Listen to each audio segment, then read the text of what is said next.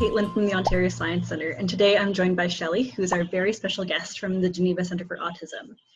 So our two organizations have been partnered up over the last few years now to deliver a program called Sensory Friendly Saturdays.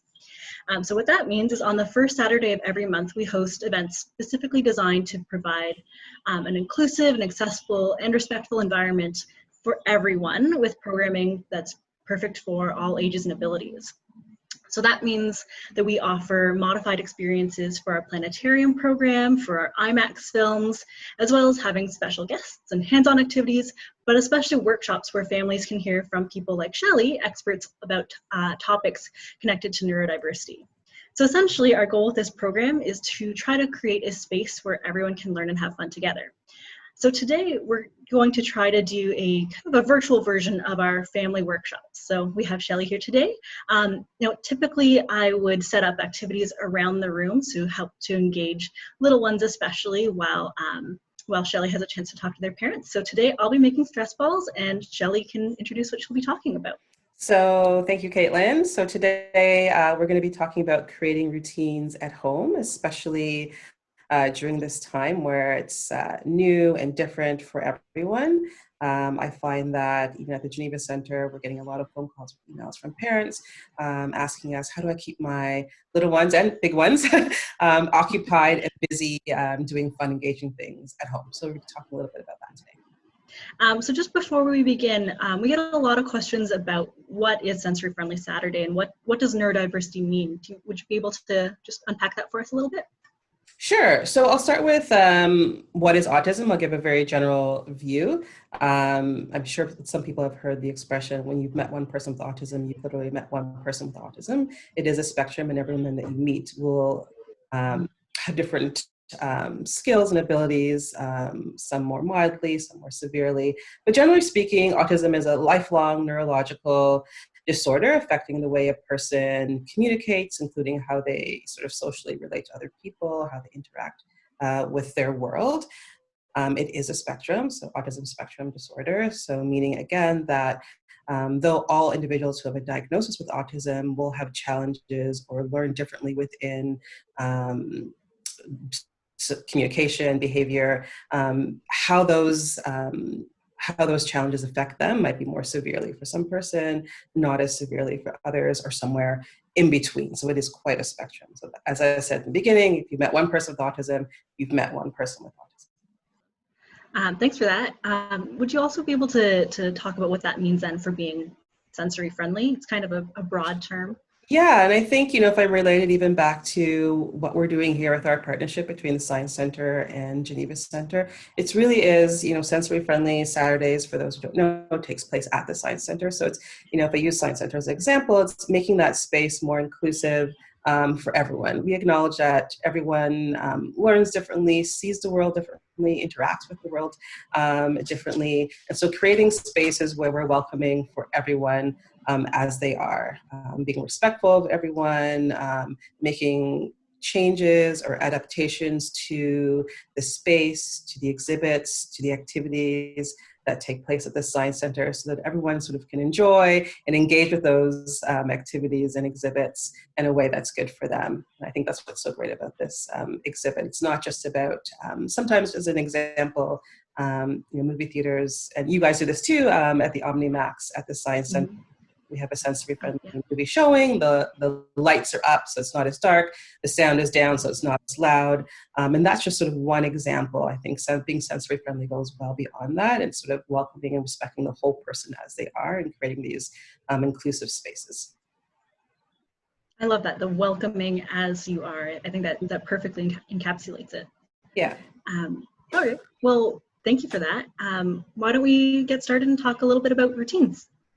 Sure. So I think we have a handout that will come up on the screen, so hopefully everyone can see it. So creating routines at home, I'm going to sort of go over generally some tips and tricks that families, parents, caregivers can use at home to get their kiddos engaged in routines and keeping them busy. I know many parents, some are from home, or just busy with other kids, siblings, household, work, responsibilities. So this is a good way to use the skills of your child and keep them busy while at home. So I've used a bit of an acronym PRAISE down the side. You'll see the letters in red. And I do this because regardless of what we're talking about today, we're talking about creating routines, but we could be talking about communication or social interactions or play. Praise is really important. Reinforcement's really important. So I always love to use that as the big sort of reminder for parents that no matter the components of your routine or what your routine looks like, that praise and reinforcement is really important. So I'll go through each one and explain each. So the first one, P, as part of praise, is plan and prepare. So it's really important to create a plan. So a lot of parents are like, okay, I want to create a routine. I sort of ask parents, what does that look like? Why are you recreating the routine? Is it because you're, as an example, working from home and you need to keep your child busy during a particular meeting that you might have every day at 10 o'clock, or you're busy tending to other siblings at home and you can't always be attending to your child with autism. You're trying to increase independence or increase their play skills, things like that. So just take some time before you put the routines into place to think about why you're creating it. When is this routine going to take place? What's involved in the routine? So is it, I'll use as an example, play-based routine. So what is the child going to be playing with? Do you have those games? Do the games have all the pieces? Do the puzzles have all the pieces? So take some time to make sure you have all the pieces and that you're actually prepared to implement your routine. So that's that first bit. R for reinforcement, as I talked about a little bit earlier, why I chose the word praise to begin with. Reinforcement is super important. You want to be able to reinforce and praise your child for doing the routine overall, but also the each individual components of the routine. So this lets a child know they've done, the expectation that's that you set out for them, that they've done it well. And we also know, using the principles of applied behavior analysis, that whatever we attend, whatever you reinforce, whatever you praise, is more likely to happen again in the future in a similar context. And if we want our child to do well at these routines, we want to ensure that we praise them. So identifying a reinforcer, whether that's an item, an activity, something they can access once they've completed the expectation of the routine. Again, this important note that this should be something that is reserved specifically for these routines. So if it's something like, some examples I'll often get from parents are like iPads. So my kiddo loves iPads, so can I use that as a reinforcer? And again, every child is different, but I would caution parents, if iPad is something that they're used to getting in general throughout the day, then reserving this iPad just for this routine might be a challenge, and it might actually invite other unwanted behaviors to come up if a child can't have access to their iPad until they've completed a particular routine. So sometimes I say to parents, instead of just looking at the entire iPad, maybe there's a particular app, a particular game, or something specific on the iPad that they like to do. If you can control that through parental controls or just deleting the app and then putting the app back on the iPad after they've completed the routine, that might be a better idea. But also look to other things. Kids love a wide variety of things.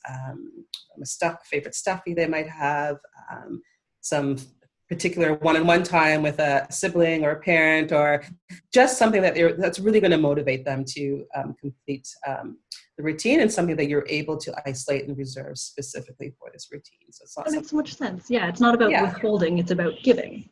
Exactly. And it's also not about, sometimes I hear from parents, they negotiate, like, well, they want this or they want that. And I think the important piece with reinforcement, that's identified beforehand. So it's not a surprise, it's known. So it's kind of like, when you're done these things in the routine, you can have access to your stuffed bunny or whatever it might be, or you can have, you can go outside. Maybe it's, the kid's really motivated by going outside. I'll do this first and then you can go outside. So again, it's not a negotiation. Everyone, the expectation is set and it's clear. So that's R for in praise. So the A, attending to them. So this is really important, letting your kid know that they're doing a good job. So that catching them being good. I often hear that expression. So even if you are, if I use myself an example, I am working from home, I'm busy in meetings, throughout the day, and I'm working in my dining room and I can see my kids in my living room. And if they're engaged in their routines that we have set up for us here at home, a quick look over with a smile, a thumbs up, just some sort of positive encouragement, a little bit different from the reinforcer that we get to the end. But if you can and you're able, as they're engaged in the routines, to give them that positive feedback that they're doing a good job, catch them being good. Again, we know what we attend to tends to happen more. And that applies to both wanted and unwanted behaviors. So the more that we can attend to those behaviors that we really want to see more of, the more that we will see more of those behaviors. So that's A. I is involvement. So involve your child in creating the routine. So again, parents are really good at, okay, I want them to play these 5 activities. So I know it'll keep them busy for 20 minutes, let's say, and my meeting is, about 20 minutes. So that works for me. And they go on the shelf and they pick out, well, he loves Hungry Hippo and they love this Lego game and this and that. And, the parents are really great at that. We know our kids well, but I always say, regardless of the age and even skill level, as appropriate to your child, involve them. So maybe ask them, bring them to their toy shelf. What do you want to play with? What are some things that you want to do? What are things you absolutely don't want to do, so you don't mistakenly include that item in the routine and then run into some issues in the end. So involve your child as much as you can in the routine, from where do you want to play this with, if your routine involves siblings, they have more than one sibling, which sibling do you want to play it with?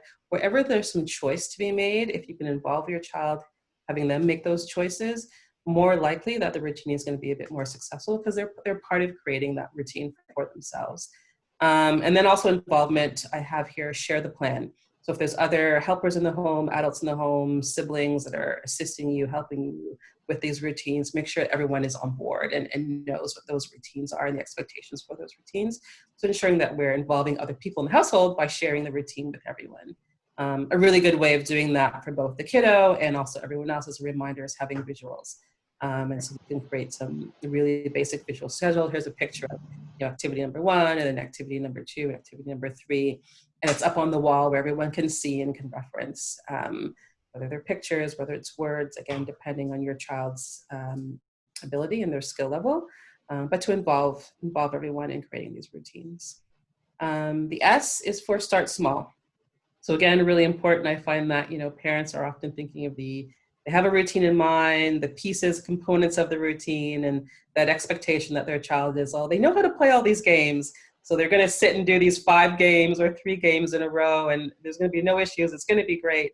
But I always remember, the expectations that you set out have to equal your child's ability at that time. So start small. So even if it's something, again, this is an example, if your routine has three components to it, you might want to start in the beginning, just having the complete component number 1. So if it's game number 1, they do that, they receive reinforcement. They do that for a few days, they're really good at it, you're finding that it's going well.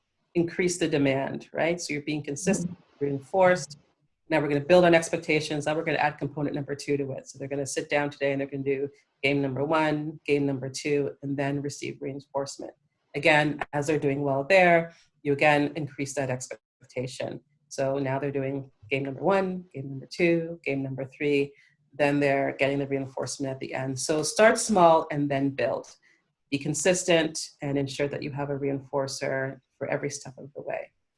And then the last piece is engagement. So this is time to practice by playing with them. So these are times outside of when you would expect your kiddo to be engaging in these routines. So if, again, myself, I work Monday to Friday, I don't work on a weekend. So I might take the weekends to actually practice these routines. So that would be part of my playtime with my kiddos on the weekend. I'm bringing up these same games, these same activities. It's just playtime, but I'm ensuring that we're practicing, that they're getting extra practice at these skills, that, if there are any issues as you go along in the routine, you're finding your child's having a hard time turning something on and off, or, fitting the puzzle pieces in together if puzzle was in there. It's a really good time as you're playing with your kiddo with these same activities that you can sort of teach them how to put the pieces in together or how to turn this thing on and off or whatever it might be. And it's just really fun playtime with your kiddo, and they're getting extra practice. You get to be part of it too, and then that's setting them up for success later on. Exactly. I was about to say that. You took the words right out of my mouth. We want to do everything I think all these components, if we try and hit each of those, we really are setting them up for success. And we want them to be successful. We want them to receive reinforcement, to receive praise, and have these skills happen more often. So, yeah, that's awesome. Thank you so much for sharing that with us. No problem. Yeah. Now, I know the GCA has a pretty active Instagram and their website as well. Are there any other resources or tips that you can share with us?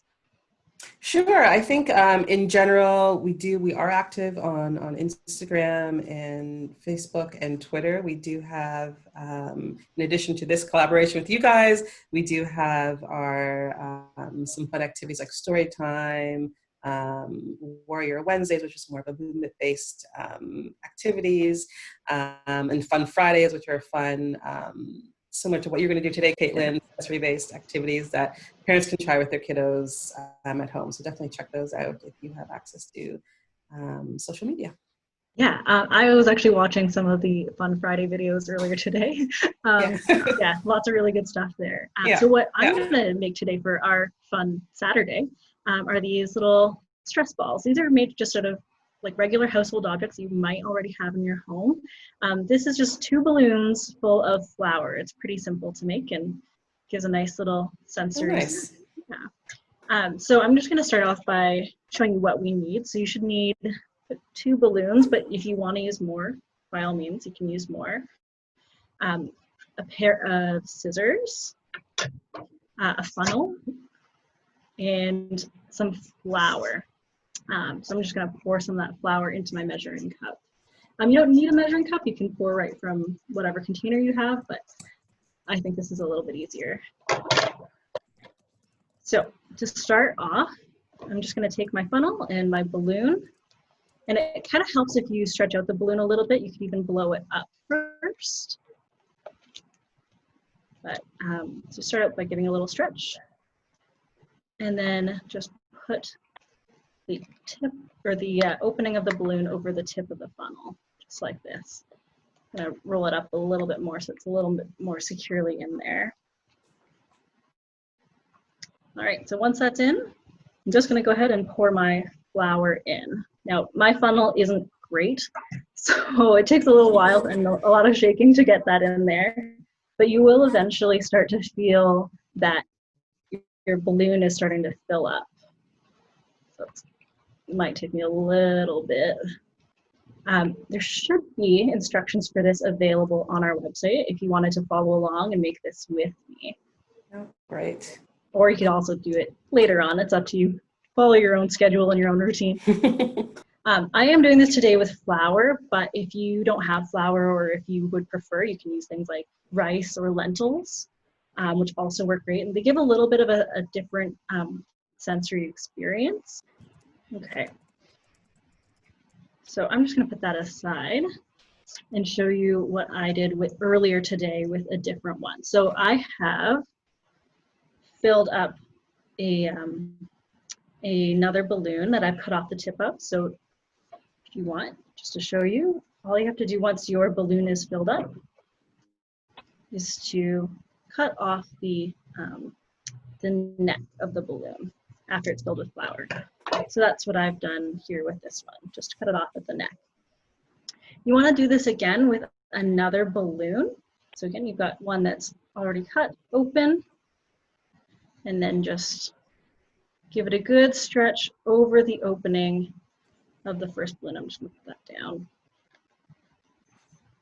Can parents or can folks tie the top of the balloon instead of cutting it? Is that another option, or do they need to have it cut? Good question. That is another option. The only thing that will be different about that it'll make another little lump in your final product. Yeah. So if you're happy with having another lump, that's totally fine. It's just a little bit of a different sensory experience. So now I've got one balloon inside the other, and all I'm going to do now is just trim it back down again. Or again, like you said, you can also just tie it off if you want to. And that's totally fine. The main point is to just be able to seal the flour inside. Okay. So once you have that's it. Then you've got your finished product, which looks oops, dropping it because now my hands are slippery with the flour. It looks a little something like this. Oh, wow. I'm just able to give it a little squeeze, and you can kind of see how one balloon pops out of the other. So it's fun to do if you have multiple colors. It gives you a little bit of a nice visual there too. Very nice. So that's something that if you wanted to, you could kind of plan it. We have the steps for this available online. So you could plan to add that into your next fun time with your child. Great. So speaking of which, what if you're working on building routines with your child, and you have to change the plan suddenly, like in an emergency situation or just something that happens? What would you do in that situation? So I think in that case, when emergencies come up or a change has to happen in general, in the moment, unplanned for, you didn't foresee it, you kind of just have to roll with it, right? As much as you can, inform the child that this, let's just say you suddenly have to leave the home and drive somewhere for whatever reason. And the child is mid-routine, they're on activity number 2 of 5 or something like that. They're expecting to get to 5. And they're expecting that reinforcer at the end. So I think, again, kind of going back to what I said before, to involve our kids and share information with them. So let them know this is unexpected. If they have a hard time with it, I think let them know that, yeah, this is a hard time, that we didn't expect to have to go in the car and take a drive right now, that you were in the middle of playing or putting your puzzle together. And we know that some kids and teens and adults with autism like to do things to completion. So finishing something that isn't complete can be a challenge for some people, for some others not. So I think in the moment, there isn't a whole lot you can do other than being supportive, because it's unexpected and no one realizes change is going to happen. If you're finding in your day, and as your, however your family, your routines in general go for the whole family, you're finding that there is a lot of unexpected changes for whatever reason, I think that might point to, and separate from the routines, but that might point to teaching your child some flexibility in how to cope with change. And so sometimes even within routines, as I described, you might have 3 activities, play a board game, then a puzzle, and then coloring, let's just say. What you could do is add in an unexpected. So, if your visual schedule has that picture of the puzzle, has a picture of the coloring, has a picture of the board game, instead of having 3 known activities, you could have 2 known activities and 1 unknown. And so they come to the 3rd one and, it's kind of a question mark or just a blank square. And that's that sort of unexpected. We're not really sure what's going to happen. I think initially when you're teaching children to sort of deal with and how to be flexible and deal with change, have that unexpected thing be something that they really love. And so it could be just another game that you chose at, or a special activity that they weren't expecting, but something that is something that they really enjoy. So even though a change happened, the change is something positive. And then again, over time, as they're learning to be more flexible and understanding that I don't know what that blank square is, but I think it's going to be something fun or something that I'm able to sort of work through, slowly adding things that are a bit more neutral. So neither here nor there. They don't love them, but they don't hate it. But they're still able to do it and still get the reinforcer at the end. And then things that are maybe things that they don't love so much. So some kids maybe don't like riding in the car and parents have to leave suddenly and drive in the car somewhere. That might not be an enjoyable thing for them, but they've learned along the way that if I cooperate with the routine, I will still get reinforcement because it's part of the routine, right? This unexpected thing. And so when it happens at a time that you truly don't expect it, they're more likely, because they have been reinforced in the past, to go along with this sudden change. And as I always say to parents, remember that if they are doing well, they get in the car and minimal fussiness, minimal, challenging behavior, to reinforce that. Again, let them know that they're doing a good job, that we know it's unexpected, that we didn't plan to go in the car, but you're doing so great. So here's your reinforcement. So again, it's something that you actually have to actively teach some kids to deal with unexpected change and to be a bit more flexible. Actually, that tied in perfectly to my next question, was just about, is there any way to build in flexibility? But I think you've already covered that completely. Yeah. That was perfect. Yeah. And then just maybe to add in general, building in flexibility, like have choice, right? So we don't always have to say that it has to be this one thing. For example, I don't know if you can see right behind me, there's a paper there. That's a little bit of a routine for my kiddos. We have sort of general morning routines, and we have lunch, and then we have general afternoon routines instead of I'm working. And so I've created some flexibility in that it doesn't have to be done in a specific order. If you could read that, it's just a variety of ideas. So in the morning, here are some ideas that you can do in the morning. Do them in any order that you want. There's lots in there. They actually can't do all of them in any one morning. So they're not going to always do all of them, but today they're going to pick these 3 and do them in the morning. And then tomorrow might be the same 3 or a different 3, or they might pick 1 and do it for a long period of time. But they're just some suggestions. So it allows for a bit more flexibility rather than saying, you have to wake up, you have to do this, then this, then this. But then again, as I say, that part of that P, that plan and prepare, that will be different for every family, every child, to sort of sit down and think about what's going to work best for me, what's going to be most successful. How can we set up our child to be successful at the routine? So then I guess giving a choice is really a big part of like empowering the child to do Exactly. things for themselves. Yeah, that makes a lot of sense. Yeah. Yeah, and I guess that also is not just choice of activity, but choice of length of activity too. Yeah, yeah. You can get timers. You can say you can do 5 minutes, 10 minutes, half an hour. Again, depends on the activity. Choice of, if you can, choice of where. Do you want to do this in your bedroom? Do you want to do this in the living room? Maybe it's playing puzzle, but you have 3 puzzles out. So I know on the activity it says puzzle, but now I have a choice of 3. So which one of these 3 puzzles am I going to choose today to complete? So wherever you can embed choice, I encourage parents to do so. That's awesome. Thank you so much for sharing with us today, Shelley. I know I learned a lot about just routines in general, and like I could definitely benefit from a lot of this information too. Yeah. So thank you so much for doing this, and just for your work generally, working with us on this project. It's been a real pleasure this whole time. Yeah, it's always great to work with you guys.